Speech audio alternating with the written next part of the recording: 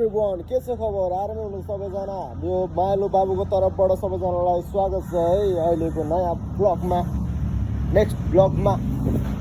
So आज यस्तो भयो कि हामीसँग होइन, बाटोमा टक टक टक टक हिँड्दै थियौँ कि है, छ्याप्प गयो बिच बाटोमा आँखा है, बिच बाटोमा टप आँखा गयो।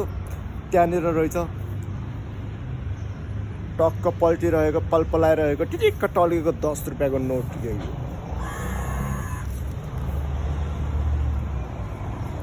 गएँ म टिप्नलाई, र साइडमा एउटा बाइक रोकिरहेको थियो। साथीहरू झर्म कि नरम भयो भनेर सोचिरहेको बेलामा साइडबाट मैले गएर ट्याप टिपेर लिएर आएँ 10 रुपियाँ। साथीहरू हेरे अनि हाम्रो साइडमा बसेको दाइ खिचित्ता हाँस्दै गर्दै उतै दाइ यस्तरी बसेको थियो क्या 10 रुपियाँ।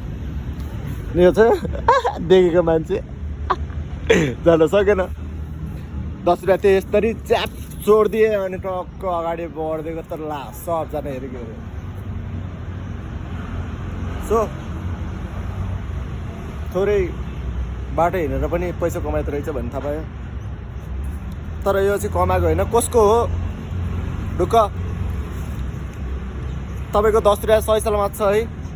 ढुक्क आउनुहोस्, लिएर जानुहोस् फ्रम सुकेधारा है। फ्रम सुकेधारामा आएर चाहिँ तपाईँहरूले सम्पर्क गर्न सक्नुहुन्छ मलाई। नम्बर पनि छोडिदियो होला, 90583713 है, त्यही नै हो नम्बर। टक्क कल गर्नुहोस्। अनि फेरि यसमा फेरि नम्बर सबै छ नि होइन, टक्क नम्बर कन्ट हुनुपर्छ होइन, नम्बर कन्ट हुनुपर्छ। अनि यो भएको नम्बर टक्क मिलाएपछि पैसा चाहिँ उहाँको हुनेछ है। अहिले चाहिँ मैले यो पैसा गोजीमा राखेँ र तपाईँको 10 रुपियाँ मसँग सही सलामत छ, सुरक्षित छ। ढुक्क भएर निश्चिन्त भएर आउनुहोस् है। ठिक छ, यति भन्दै म बिदा हुन चाहेँ। धन्यवाद।